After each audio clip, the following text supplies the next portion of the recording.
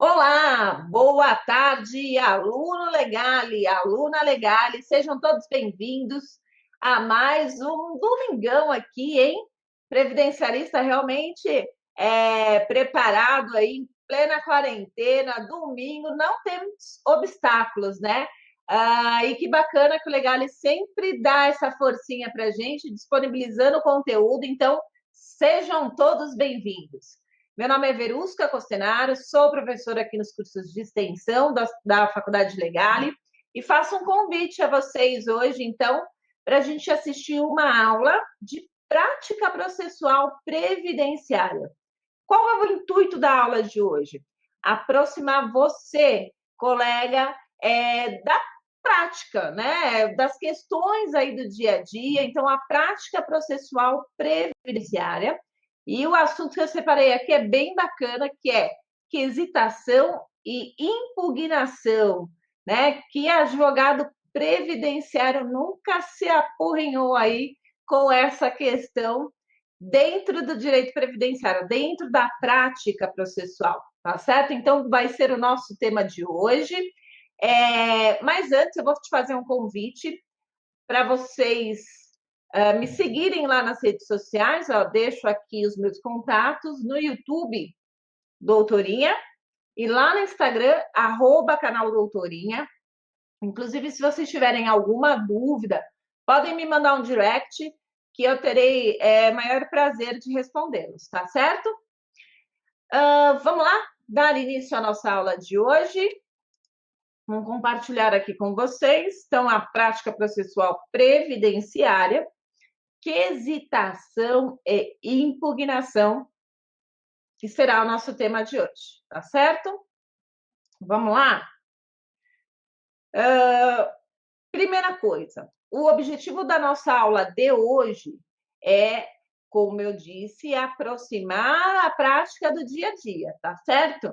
Eu vou deixar os conceitos mais aprofundados, em especial da parte médica, para o nosso querido professor João Batista Opes Neto, que brilhantemente é o professor da casa e faz com profundidade traz com profundidade esses conceitos.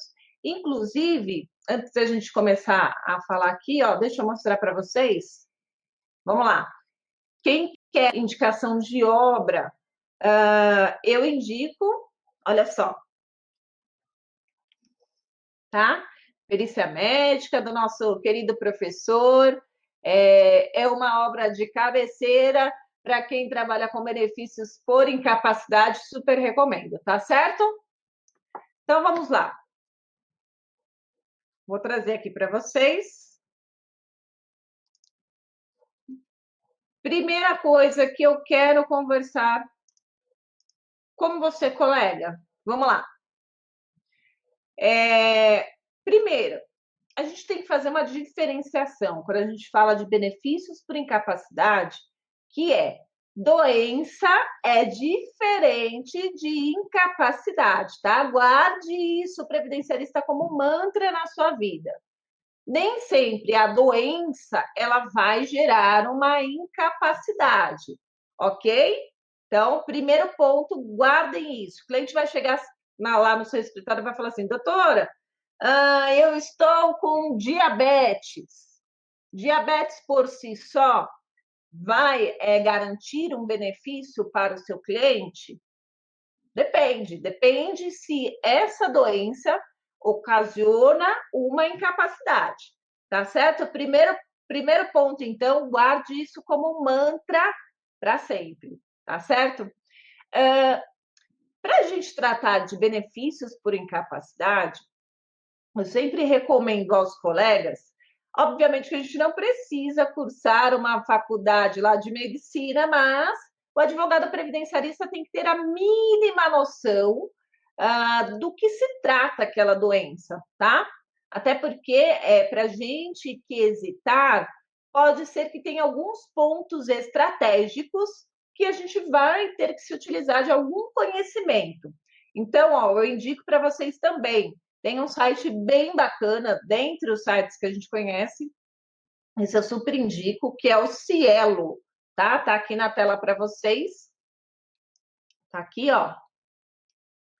tá certo? Se vocês podem se utilizar, vocês digitam lá a doença, ele vai trazer tudo que tiver linkado lá no site referente àquela doença.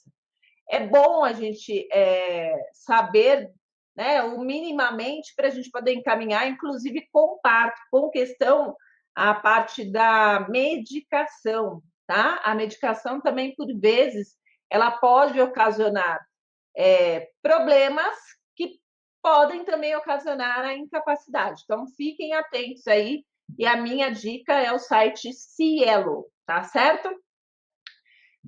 Advogado, também tem que dar uma lidinha lá no Manual de Perícias Médicas, que é a resolução 637 de 2018, lá no INSS, tá? Lá tem todo o procedimento, o que é considerado benefício por incapacidade permanente, o que é considerado benefício por incapacidade temporária, qual é a tramitação ali da perícia médica administrativa, o que é considerado acidente, enfim, tá? É bacana também a gente se aprofundar nesses estudos.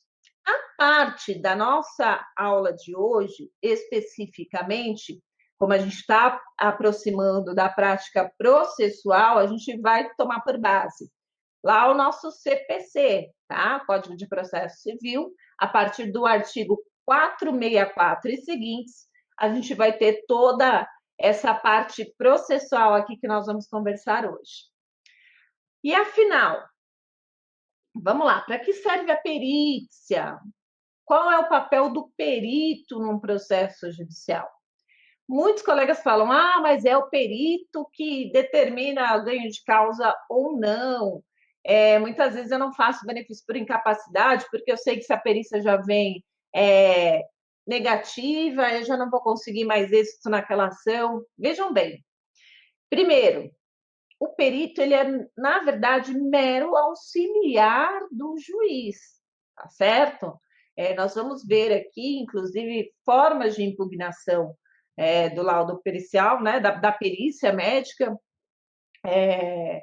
E a perícia médica, ela está para o juiz ali, para o judicial, como um serviço, né, de disponibilizando conhecimento médico a serviço da causa, né, a serviço do juiz, para que ele também, não tendo conhecimento aprofundado da parte médica, ele tenha ali um auxiliar, tá, que vai traduzir, tá, para que o juiz possa embasar a sua sentença, certo? Primeiros conceitos aqui, e aí agora a gente começa a adentrar a prática em si.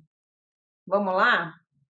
Deixa eu trocar aqui para vocês, que agora a gente começa a parte realmente processual. Nossa, Verusca, tem um slide aí de petição inicial, mas a gente não vai falar de quesitação e impugnação da perícia médica? Sim, nós vamos. Só que a nossa quesitação ela já começa junto com a petição inicial. É isso mesmo. Eu preciso já na petição inicial tomar alguns cuidados, e aqui eu vou mostrar na prática para vocês, de alguns detalhes que vão fazer toda a diferença. Inclusive, o perito ele pode ler a petição inicial, os documentos que instruem ali o seu pedido. Então, é fundamental. Eu vou mostrar um exemplo já para vocês, que vocês aprofundem ali na sua petição inicial, já como forma de estratégia para conseguirem aí alcançar esse benefício por incapacidade, tá certo? Outra coisa extremamente importante, benefício por incapacidade, a gente tem que ter a cópia do processo administrativo, certo? Dentro do processo administrativo, a gente tem algumas telas que o INSS entende aí que são documentos sigilosos pela questão médica, que é uma tela que chama SABI, SABI, tá? Tá aqui para vocês. É o Sistema de Administração de Benefícios por Incapacidade. E isso é extremamente importante, tá? Geralmente, deixa eu até aumentar aqui. Pessoal, geralmente o SAB, ele não vem junto com o processo administrativo, tá? Façam uma solicitação específica para que o SAB também venha junto com esse processo administrativo. Se você não fizer essa requisição, via de regra não vem, tá? Então fiquem atentos. Ah, Verusca, como que eu faço a solicitação do SAB? Especifiquem. Eu quero a cópia do processo administrativo e o SAB da perícia, da última perícia realizada. Importante também, principalmente para a gente determinar a data do início da incapacidade, sabe aqueles casos de clientes que já estão em várias tentativas? Vocês vão pedir o SAB de todas as perícias já realizadas, tá? Então, realizei 3 perícias. Pede especificamente das 3. Ah, eu fiz 8 perícias. Não importa. Peçam detalhadamente todas telas SAB, né? O SAB de todas essas perícias, porque aí vocês conseguem fazer essa linha cronológica para vocês determinarem aí a data do início da incapacidade, tá certo? Vamos lá, então. O que mais nós temos aqui, Verusca? A professora brigando com o slide aqui. Vamos lá, gente. Que mais? Entrevista com o cliente é fundamental, pessoal.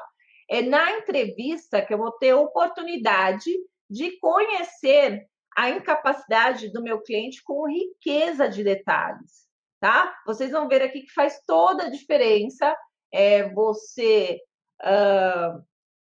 distribuir a ação já totalmente fundamentada, com todos os fatos, bem estrategicamente posicionados, tá certo? Então, por exemplo, até coloquei aqui no nosso slide, ó. Por exemplo, o cliente exerce a função de motorista, tá certo? E ele toma ali uma determinada medicação, só que essa determinada medicação traz alguns sintomas para ele. Por exemplo, ele começa a ter tontura enquanto ele dirige, tá? Então, vejam bem, como que a gente vai conseguir esses detalhes? Justamente na entrevista com o seu cliente. Então, atentem, não terceirizem essa parte de entrevista, tá? É fundamental que vocês conversem aí com os seus clientes para que vocês consigam extrair esses detalhes, tá certo? Então, agora vamos lá. Trouxe um modelinho aqui para vocês, justamente do advogado que fez a entrevista com o seu cliente e do advogado que não fez. Vamos lá. Olha só a diferença, pessoal. Muitos colegas, eu vou tirar aqui para vocês verem por completo o slide. Pronto. Vamos lá.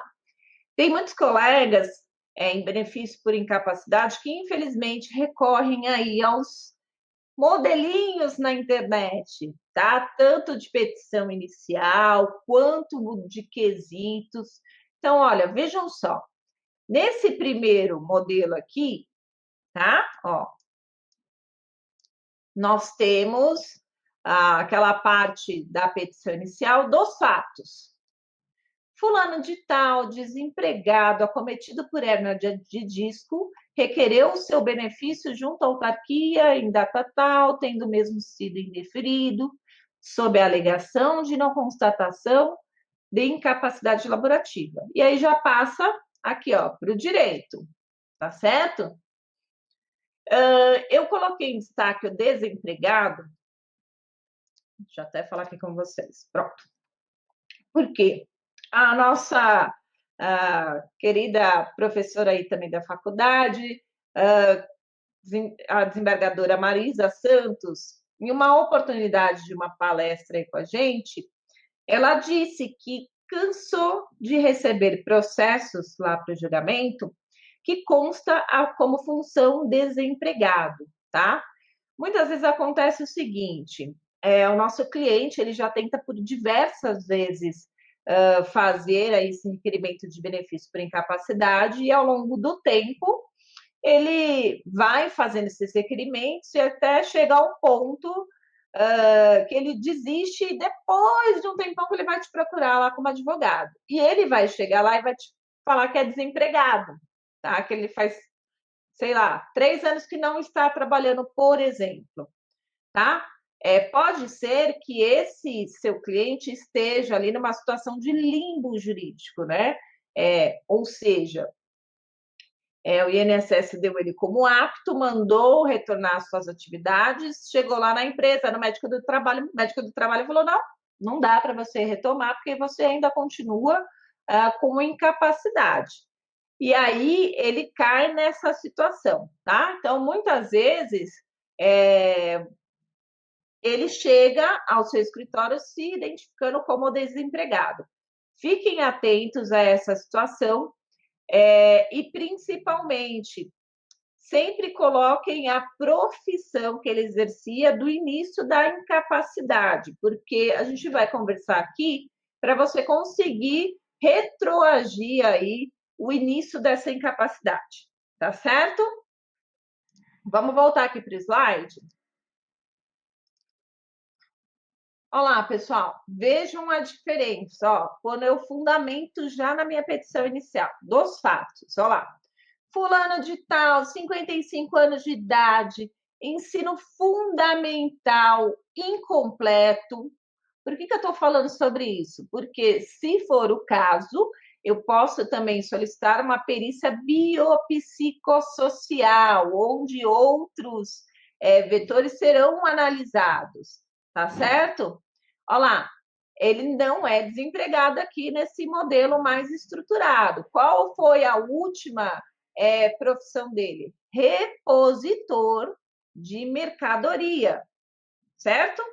Acometido por hérnia de disco, CID-10, M51, conforme comprova o atestado médico datado de, importante a gente colocar, tá? Para a gente conseguir retroagir ali a data do início do benefício, bem como os exames de ressonância magnética e tomografia, requerer o benefício por incapacidade, junto à autarquia, coloca a data lá, tendo mesmo sido indeferido, sob a alegação de não constatação de incapacidade.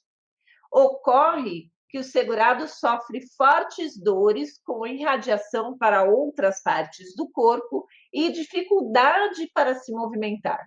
Está impossibilitado de exercer as suas atividades laborais. Vamos sair daqui, que senão os alunos não conseguem enxergar. Vamos lá.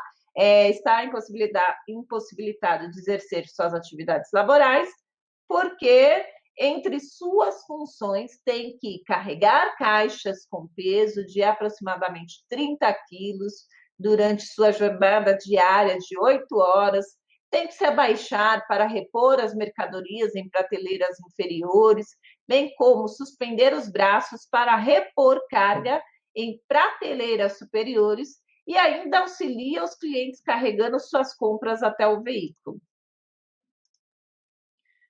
Vamos lá, vocês viram a diferença quando eu já faço essa indicação nos fatos, ali no corpo da petição inicial, tá? Então, comecem a trazer essa riqueza de detalhes, porque isso vai fazer muita diferença, tá? Inclusive, se for alvo aí de reavaliação pelo tribunal, enfim, isso vai trazer aí realmente um destaque aí as características que envolvem o caso do seu cliente, certo? Vamos avançar mais um pouquinho? Eu trago aqui para vocês também, para que vocês tenham atenção aos documentos. Vamos lá. Geralmente, como é a documentação que nos traz os nossos clientes aí dos benefícios por incapacidade? Geralmente, eles trazem aquela pasta cheia de documentos, tá? A impressão que eu tenho é que eles vão juntando aqueles documentos, tudo que for do médico, eles vão colocando numa pasta. Inclusive, parece que é até da vida inteira, tá? Então, quando você estiver entrevistando o cliente, pega aquela pastinha, você, advogado, e vá selecionando o que interessa, porque pode ser que no meio daquela documentação tenha exame de sangue, tem exame de fezes, tem coisas que não têm relação com a sua ação, com o objeto daquela ação. Então, separe a documentação que esse cliente trouxer. Obviamente que você vai conversar com ele, você já vai ter ideia do que é mais recente, do que é mais importante, mas é importante que você, advogado, faça essa verificação dos documentos. Outra dica, vai colocando em ordem cronológica, tá? Porque isso facilita para o perito também. A nossa função também perante o judiciário é facilitar, tá? Então, vamos deixar isso de forma organizada, porque eu tenho certeza que a gente tem muito mais chance de êxito, tá? Você demonstrar ali, ó, o início da incapacidade foi com o exame tal, fez tais exames, fez cirurgia. Se você deixar isso de forma cronológica, eu tenho certeza que você vai dar um passo à frente aí. Bora lá, que mais? Questão importante aqui. Foque na doença que é o fator de incapacidade. Por quê? Pode ser que seu cliente tenha mais de uma doença, tá? Ele vai chegar lá com a reclamação, doutora, eu tenho X doença e também tenho diabetes, tá? Só que a doença predominante que gera incapacidade é a primeira. Pode até ser que essa diabetes, por exemplo, cause também a incapacidade. E aí você vai ter que avaliar, tá? Por quê? Nós tivemos uma recente alteração lá com a Lei 13.876 de 2019, lá no parágrafo 3º, onde atualmente a gente só tem a disponibilidade para apenas uma perícia por processo paga, tá? Ou seja, de forma gratuita, né? Vamos reformular aqui, de forma gratuita. Se eu precisar de mais de uma perícia, a parte ela tem que custear essa segunda perícia. Então, acabou aquilo do advogado ficar tirando para todos os lados. Chega lá, traz várias doenças, nem todas geram incapacidade, mas fica assim. Doença A. Não gerei incapacidade. Então vamos pedir a perícia para fazer da doença B. Não gerou. Vamos fazer da doença C.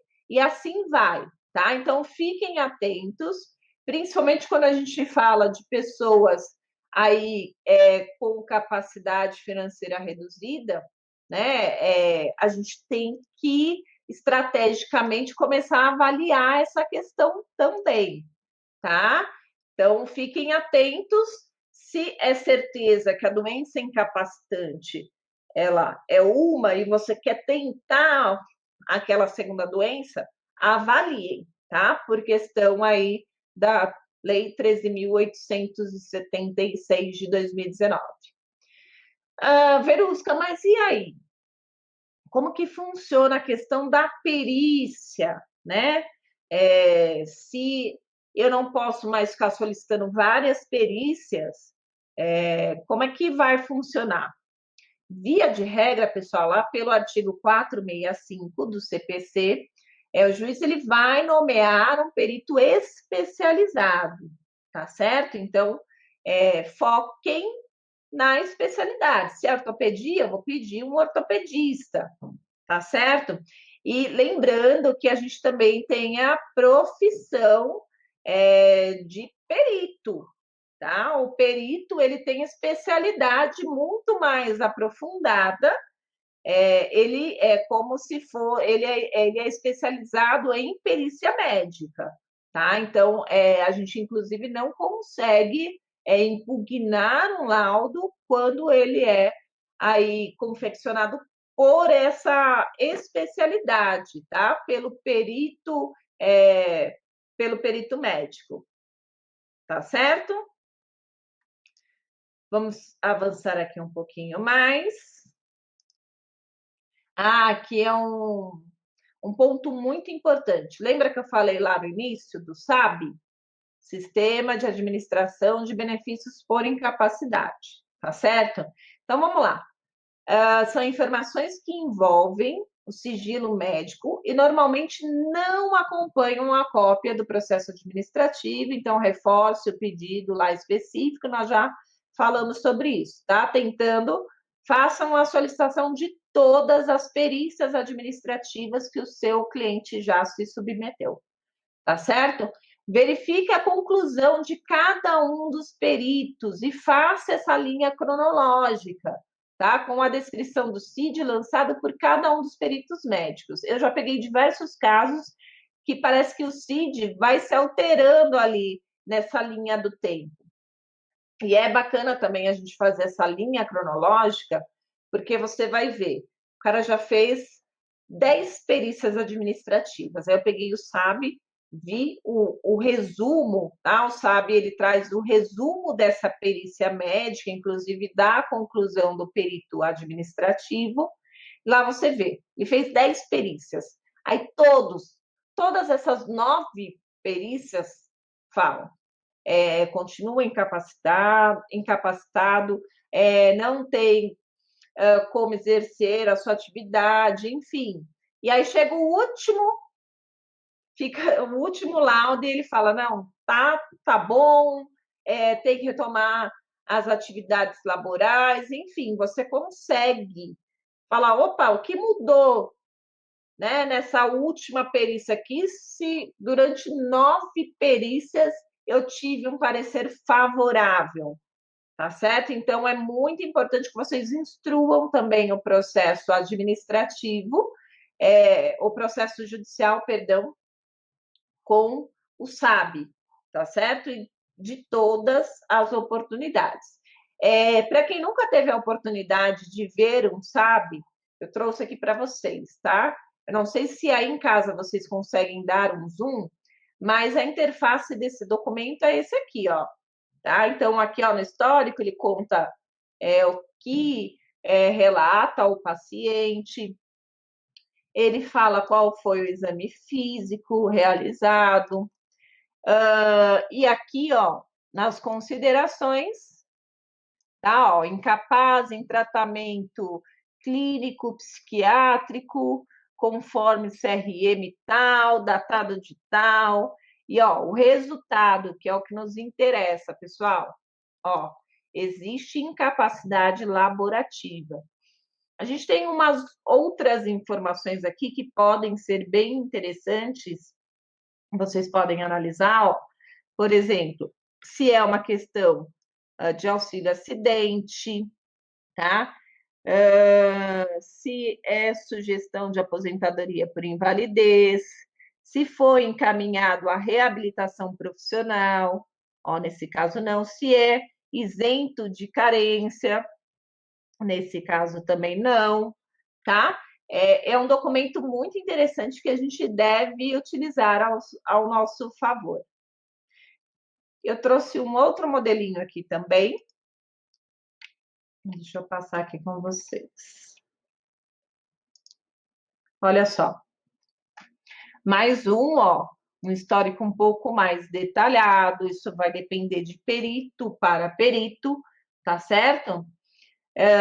Ó, quando eu falo, peguem o SAB de todos os atendimentos, ó, como que eu vou saber? Então, ó, eu vou ver a data do exame. Então, se você sabe que ele fez requerimentos administrativos, você vai pegar todos esses números de benefício e vai verificar quando foi feita, realizada a perícia administrativa. Então, você vai solicitar todas, tá? Então, histórico aqui, um exame físico que foi feito, aqui as considerações, por exemplo, neste caso em específico, ó, encaminhado o segurado ARP, o serviço de reabilitação profissional, tá? Ó, e aqui também, ó, não foi o caso de aposentadoria por invalidez, mas foi o caso de encaminhamento para o setor de reabilitação profissional, tá certo? Pessoal, a gente vai fazer um pequeno intervalinho e a gente já retorna, tá bem? Tem muita coisa prática aqui ainda para vocês, então fiquem comigo.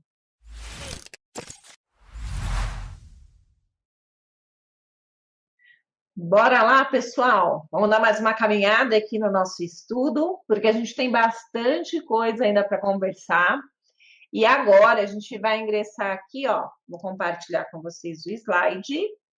Olha só, data do início da incapacidade. Nós já falamos um pouquinho da necessidade aí que a gente tem de demonstrar através da documentação médica, né? Fazer essa linha cronológica, principalmente porque no dia 13/11 de 2019, nós tivemos aí a entrada da emenda constitucional número 103 de 2019, que dentre vários retrocessos sociais nos trouxe também uma redução significativa aí no cálculo dos benefícios, em especial o benefício por incapacidade permanente, que é o nosso antigo, é a nossa antiga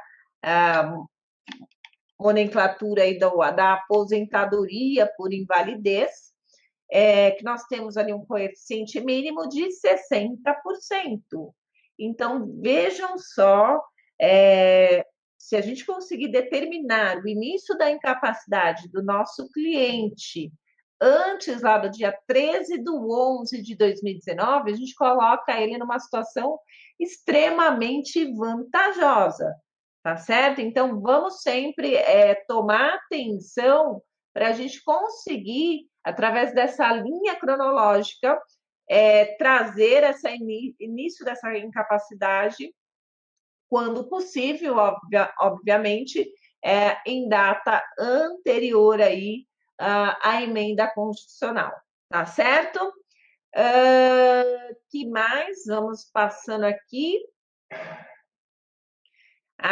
Eu trouxe aqui para vocês. Muitos colegas ainda confundem. Vamos lá. Agora a gente entra aqui já na parte de quesitação. A quesitação é o questionamento aí ao perito sobre algumas questões relacionadas ao caso em concreto que você leva para apreciação judicial, tá certo? Então, vamos lá. Existem vários tipos de quesitos, tá? Durante a instrução processual. Então, nós temos ali os quesitos iniciais.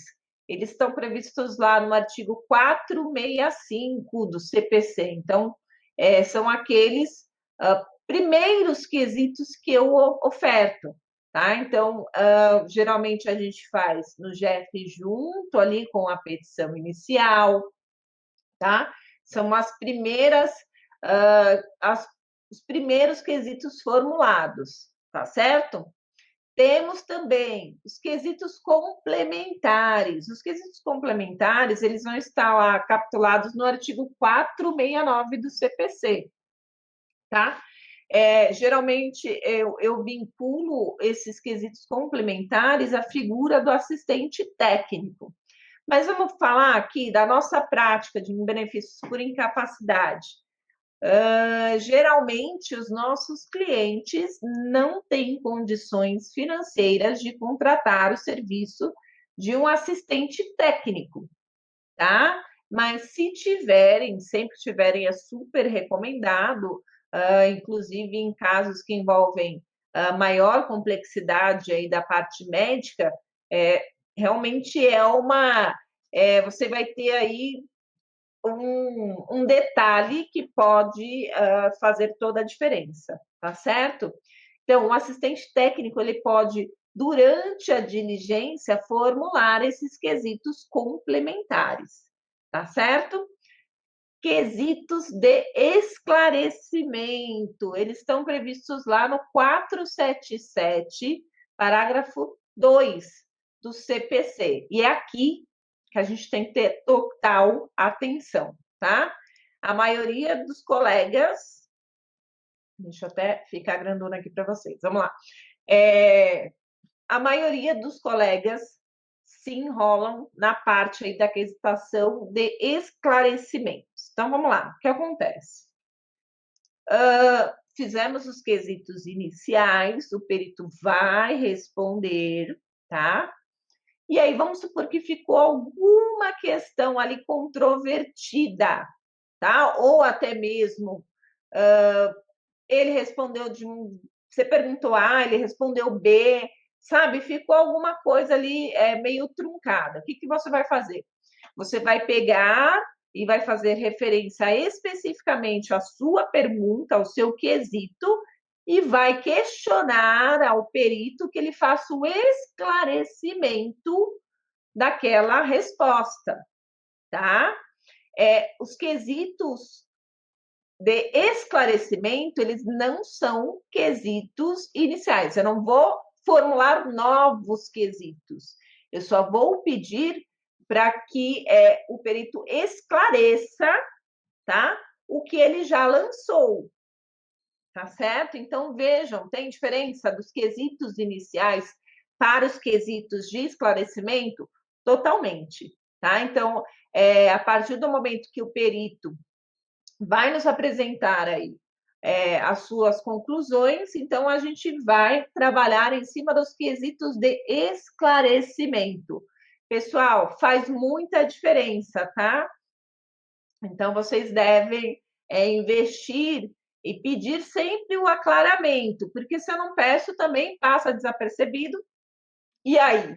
Se você não tirou aquela dúvida da resposta do perito no momento oportuno, vai precluir essa prova. E dificilmente, a não ser que lá na frente, no julgamento, isso seja convertido em uma diligência, alguma coisa nesse sentido, perdeu a oportunidade, tá certo? Então, fiquem bem atentos a essa situação. Vou até colocar novamente aqui para vocês, tá? Os tipos de quesitos. Inclusive, recentemente, um colega me mandou um despacho, eu não sei de qual juizado era, mas onde o perito ele foi até um pouco mal educado, que ele dizia o seguinte, no despacho, já respondi 29 quesitos do juiz, mais 30 quesitos da parte, tudo já foi esclarecido lá nas minhas respostas, nas minhas conclusões.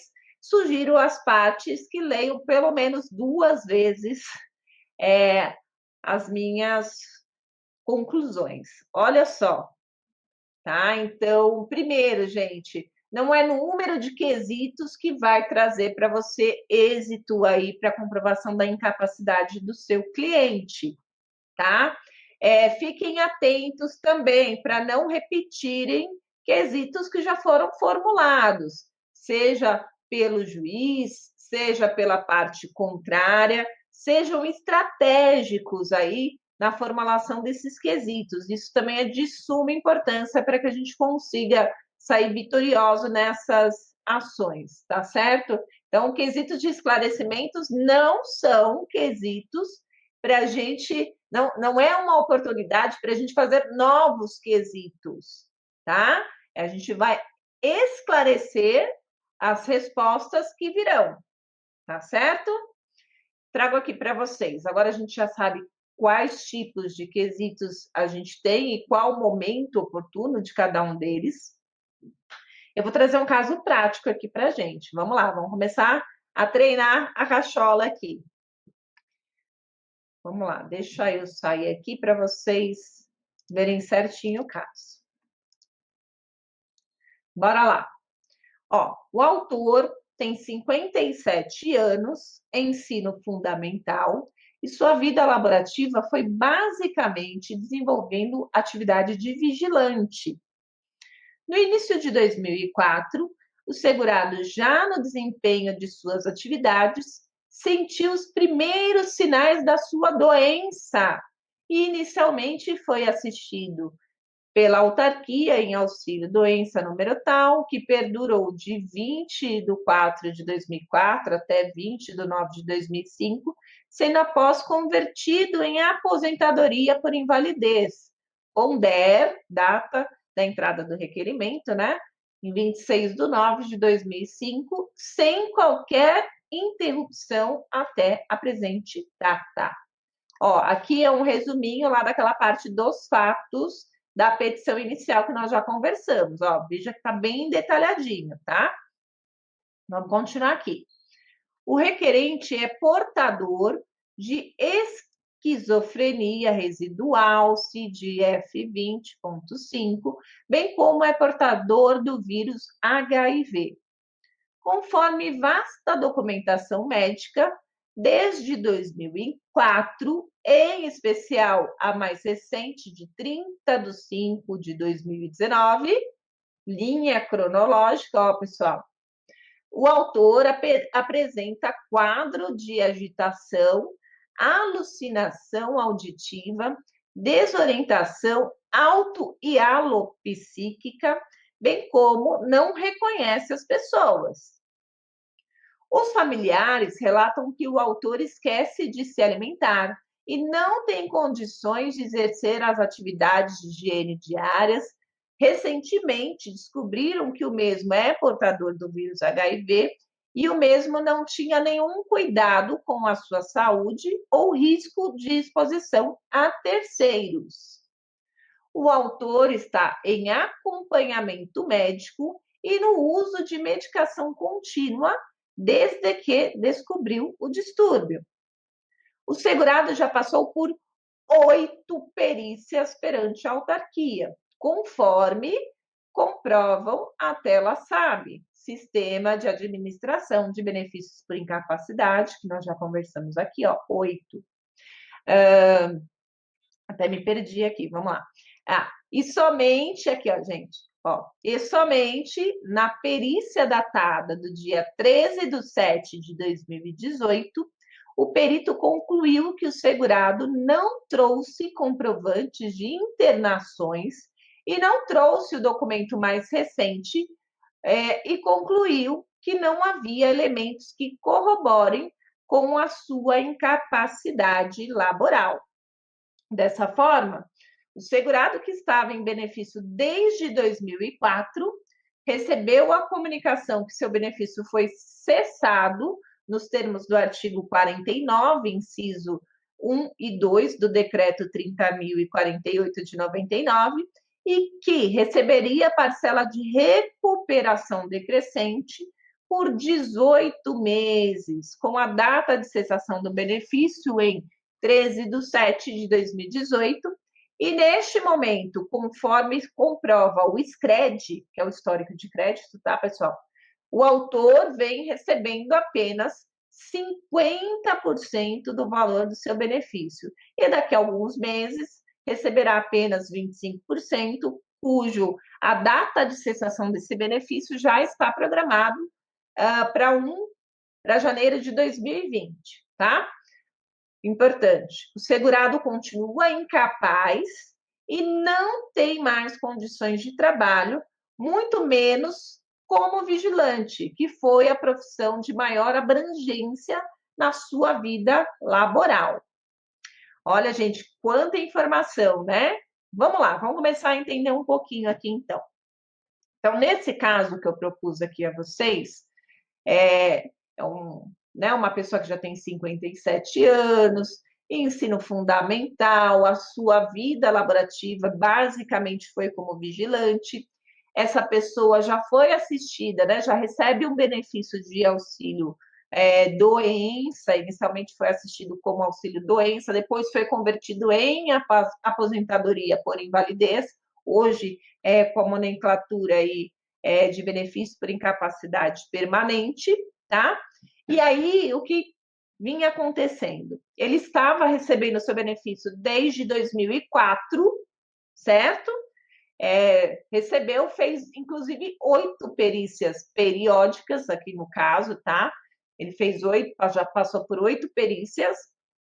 E aí, em 2018, Na oitava perícia lá junto ao INSS, quando ele foi chamado para a perícia periódica do pente fino, o perito falou assim: não, você não está incapacitado, não, porque se você não fez tratamento médico durante todo esse período, né? Você não trouxe comprovante de internação, de nada disso, você tá bom, tem que voltar a trabalhar. Pessoal, a gente está falando aqui de vigilante com esquizofrenia, tá? Ele já tinha sido liberado pela autarquia, né, pelo INSS, já estava, inclusive, recebendo as parcelas de recuperação, que são devidas durante 18 meses, né? Neste caso em específico, já estava, inclusive, com a sua parcela reduzida, que a parcela de recuperação, só para a gente fazer um link aqui, né? É aquela devida à pessoa que já estava há mais, nesse caso, tá? Há mais de 5 anos recebendo a aposentadoria por invalidez, né? Benefício por incapacidade permanente, e aí o benefício, os INSS cessa o benefício dessa pessoa, então ela dá um tempo ali de adaptação, para que essa pessoa retome ali as suas atividades, enfim. Isso chama parcela de recuperação. Então, neste caso, durante 18 meses, esta pessoa recebeu este benefício. Então, começa assim: 6 primeiros meses ela começa recebendo 100%, aí mais 6 meses esse benefício reduz para 50%, depois de 6 meses reduz para 25%. É como se fosse, vamos colocar aqui um linguajar para vocês entenderem com mais facilidade. É como se fosse um desmame, tá? Então eu vou reduzindo aquele benefício, dando um tempo para o segurado para que ele retome as suas atividades. Mas, como a gente está vendo aqui, nem sempre é possível, né? É o caso de um vigilante com porte de arma e esquizofrênico. E aí? Tá? Então, esse é o nosso caso, tá certo? E aqui, eu trouxe o caso para comprovar para vocês. A gente não pode pegar quesitos da internet, a gente não pode pegar quesitos do colega, porque nem sempre eles vão se aplicar ao caso do seu cliente. Então, eu proponho aqui a vocês, em cima deste caso prático, tá, uma sugestão para que a gente faça o quê? Ó, o que eu falo de quesitos personalizados, tá? Então, eu vou observar o que especificamente trata a minha ação, quais são as peculiaridades da doença, quais são as peculiaridades daquele segurado, que atividade que ele faz, e ali em cima destas informações eu vou formular artesanalmente os quesitos para aquele caso. Benefício por incapacidade, possivelmente você, colega, vai ter que fazer a quesitação artesanal para cada um dos casos, porque certamente vão chegar inúmeros clientes aí para vocês e cada um vai ter a sua peculiaridade. Não adianta a gente colar quesitos da internet do colega, infelizmente não dá certo, tá certo? Então vamos lá. Ó, sugestão aqui, então, de quesitos, tá? Para que vocês identifiquem de que forma que a gente deve agir, tá? Então, em cima daquele exemplo, Verusca, particularmente, eu inicio sempre os meus quesitos perguntando, descreva a lesão e a correspondente CID. Alguns colegas vão falar, mas não precisa disso. Pessoal, eu já tive um caso que a quesitação era referente ao objeto A e o perito respondeu sobre C. Vamos lá. Pode ser que o perito se engane, tá? Então, confirme se o que ele está descrevendo ali realmente é referente ao seu caso, tá? Eu tomei este cuidado de conferir isto depois que eu tive um caso concreto onde eu percebi que o perito não estava respondendo as perguntas relacionadas ao meu caso em concreto. Então, eu, Verusca, eu sempre inicio a minha aquisitação por esse ponto, tá certo? Vamos lá. Olha só. Segundo, o autor vem recebendo auxílio-doença em decorrência da incapacidade apontada na inicial desde 2004. De acordo com a documentação médica acostada, sendo inclusive o benefício convertido em aposentadoria por invalidez, desta forma, a lesão cessou em algum momento? Se sim, quais foram os métodos científicos utilizados para chegar a esta conclusão? Vejam bem, ó, na pergunta eu fiz aquela linha cronológica, ó, estava tudo bem desde 2004. E agora foi, inclusive, né, tinha sido convertido em aposentadoria por invalidez e só agora que foi cessado o benefício. Perito, me diz aí, aconteceu alguma coisa nesse meio do caminho que tenha ocasionado a cessação do benefício? Se sim, então me explique. Qual foi o método científico que você utilizou para chegar a esta conclusão? Pessoal, perito não acha nada. Perito ele tem que se basear ali nos estudos científicos, tá? Então, é muito importante que você também faça esse questionamento. Se você chegou a essa conclusão, com base em qual método científico? Se não é isso, por que você chegou nessa conclusão? Qual foi o método científico que você aplicou para chegar a essa conclusão? Tá? A gente não pode deixar o perito muito solto também. A gente tem que ir cercando ali para que a gente consiga obter êxito. Tá? Vamos lá. A doença profissional apresentada é incapacitante de forma uniprofissional, multiprofissional ou omniprofissional? Tá? No caso de retorno à atividade laboral, o autor deve seguir alguma restrição de funcionalidade? Se sim, qual ou quais? No caso de retorno às atividades como vigilante, o segurado, em virtude de sua incapacidade, pode colocar em risco a sua saúde e ou integridade de terceiros? Olha só que pergunta, a gente joga para o perito a responsabilidade. E aí, se esse vigilante voltar a trabalhar armado e tiver um surto ali, né, e disparar com a sua arma contra um cliente daquela agência bancária, e aí, ele oferece risco para ele mesmo ou para terceiro? Olha só, nós, querendo ou não, estamos aqui amarrando o perito, tá? Então, ó o tipo de questionamento. O perito ele vai ter que pensar muito bem, porque ele vai vincular a resposta dele aqui, a conclusão dele, e aí, se ele determina, né, se a conclusão dele vai ali de encontro que esse segurado não oferece nenhum risco e mais para frente acontece alguma tragédia aí, né? E aí, como é que fica, tá? Ó, o segurado deverá ser submetido ao processo de reabilitação profissional, considerando que a sua atividade profissional predominantemente é de vigilante. Então, vamos supor, o perito fala, não, ele tem que voltar a trabalhar, está apto, e aí você deve também questionar, tá bom, ele está apto, ele tem alguma restrição, tá? Ou ele deve ser encaminhado a um serviço de reabilitação profissional, enfim, todos esses questionamentos a gente deve fazer ali já na nossa aquisitação.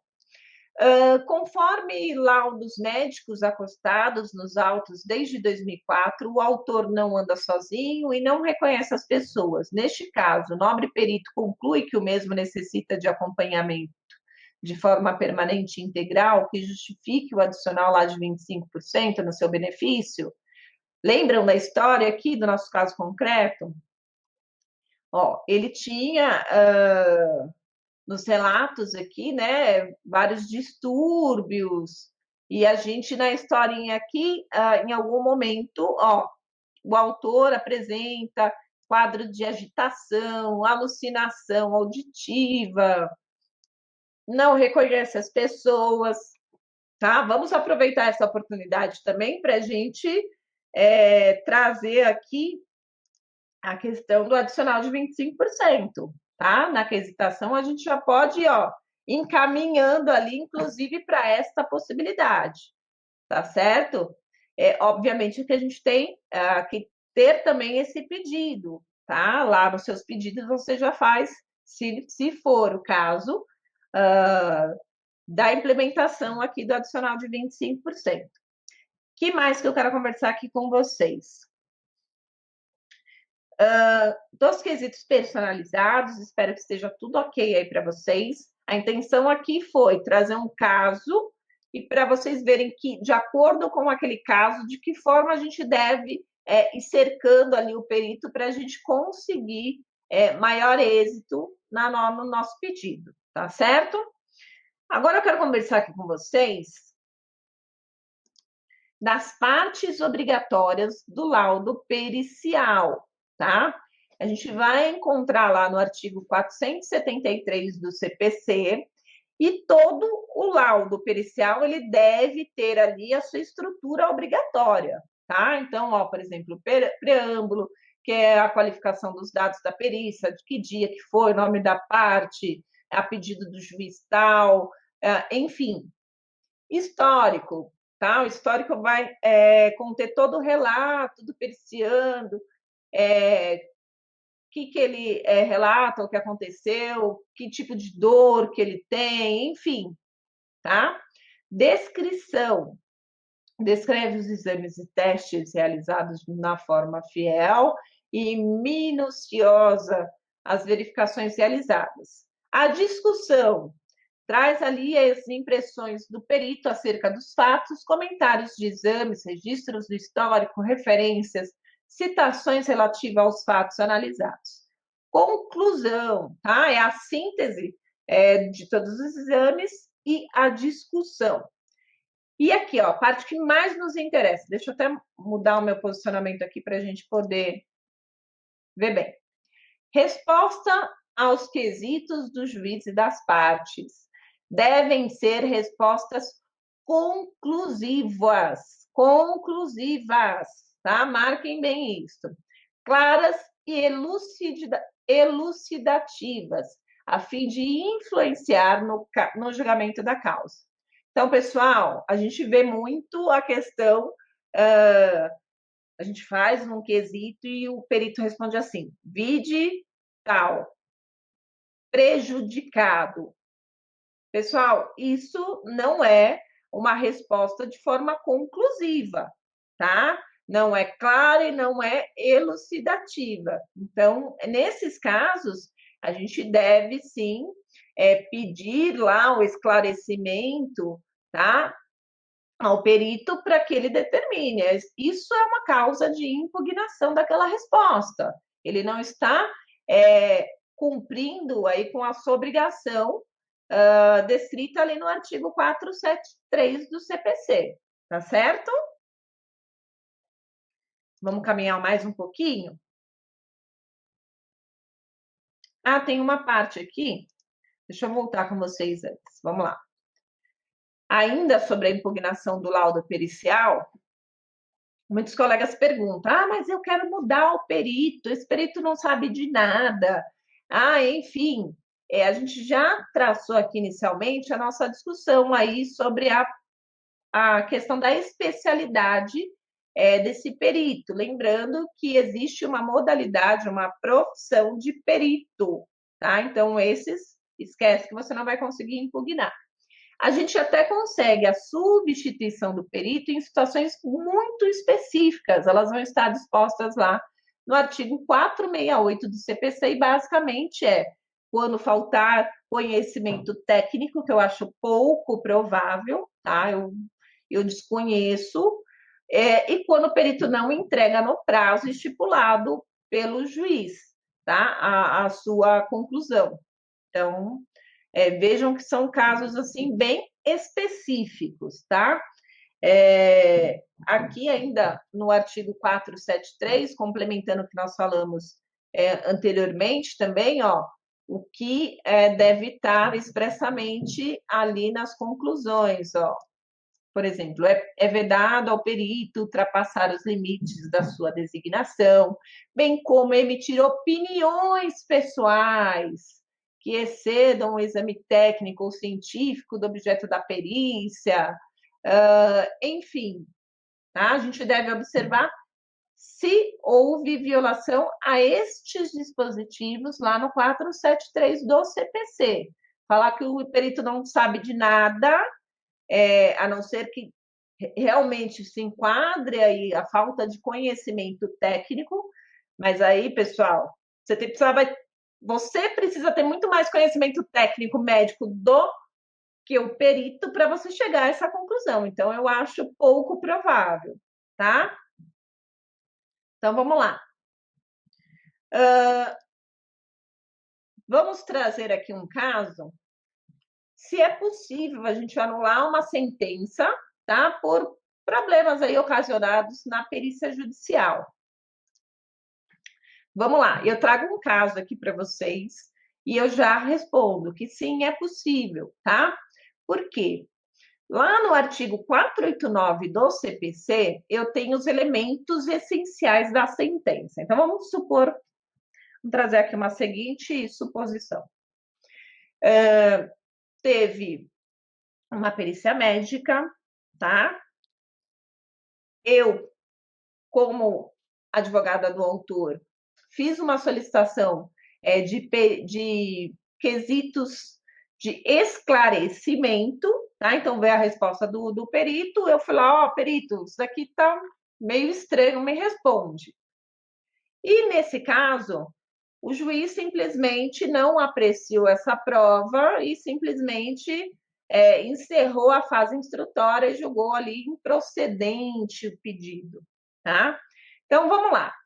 Qual é a base para a gente suscitar aqui um cerceamento de defesa? Ou seja, pode ser que aquele esclarecimento que eu solicitei poderia modificar o entendimento daquela questão. E mesmo assim o juiz mandou passar e não permitiu aí o meu direito de esclarecimento daqueles quesitos. Então, a gente vai estar ali fundamentando o nosso pedido de anulação perante ao tribunal, aqui no caso, né? Lá no artigo 489 do CPC, tá? Olha, vejam lá o inciso número 4. Vamos lá. São elementos essenciais da sentença. E ela pode ser anulada no caso, vamos lá, não enfrentar todos os argumentos deduzidos no processo capazes de, em tese, infirmar a conclusão adotada pelo julgador. Tá? Então, é possível sim, inclusive eu trago para vocês aqui, ó, esse julgado, tá? Ó, que trata exatamente sobre esta questão, a ocorrência, nulidade de sentença, com a consequente reabertura da instrução processual. E aqui eu trago um trecho do acórdão. Vamos ver se a gente consegue ler aqui, está pequenininho, mas vamos lá. Ó, exsignada, a autora impugnou a prova técnica e solicitou esclarecimentos, olha lá o quesito de esclarecimentos, a perita judicial às folhas tais. Sobreveio, então, a decisão hora atacada, que julgou improcedente a demanda, ao fundamento de que não restou demonstrada a alegada incapacidade laborativa. Pois bem, consoante ao disposto do artigo 477, parágrafo 2, do CPC, o perito judicial tem o dever de esclarecer, no prazo de 15 dias, ponto sobre o qual existia divergência ou dúvida de que qualquer das partes do juiz ou órgão do Ministério Público. Nesse sentido, verifica-se que o feito foi julgado sem que a impugnação à prova técnica fosse remetida à perita judicial, para os devidos esclarecimentos, o que configura cerceamento de defesa. Ressalte não ser possível a aplicação da previsão contida no artigo 1013, parágrafo 3º do Código de Processo Civil, uma vez que é ausente a produção de prova essencial ao julgamento da lide. Não pode o tribunal adentrar ao exame do mérito, sob pena de supressão de instância e cerceamento do direito de defesa das partes. Destarte, a única medida cabível é o reconhecimento da nulidade da sentença com consequente reabertura da instrução processual. Anota-se, por fim, que não se vislumbrou a análise do nexo causal na presente causa, de modo que a perita judicial deve esclarecer a natureza da perda auditiva, ainda que, eventualmente, entenda pela ausência da incapacidade laborativa. Posto isto, se dá provimento ao recurso da autora, reconhecendo a nulidade da sentença e determinar o retorno dos autos à origem, para que seja reaberta a fase. Pessoal, então vejam que nós temos meios, em especial se você está ali na Justiça Estadual, tá? Que você está tratando ali da questão acidentária, até mesmo na Justiça Federal, tá? É possível esta possibilidade.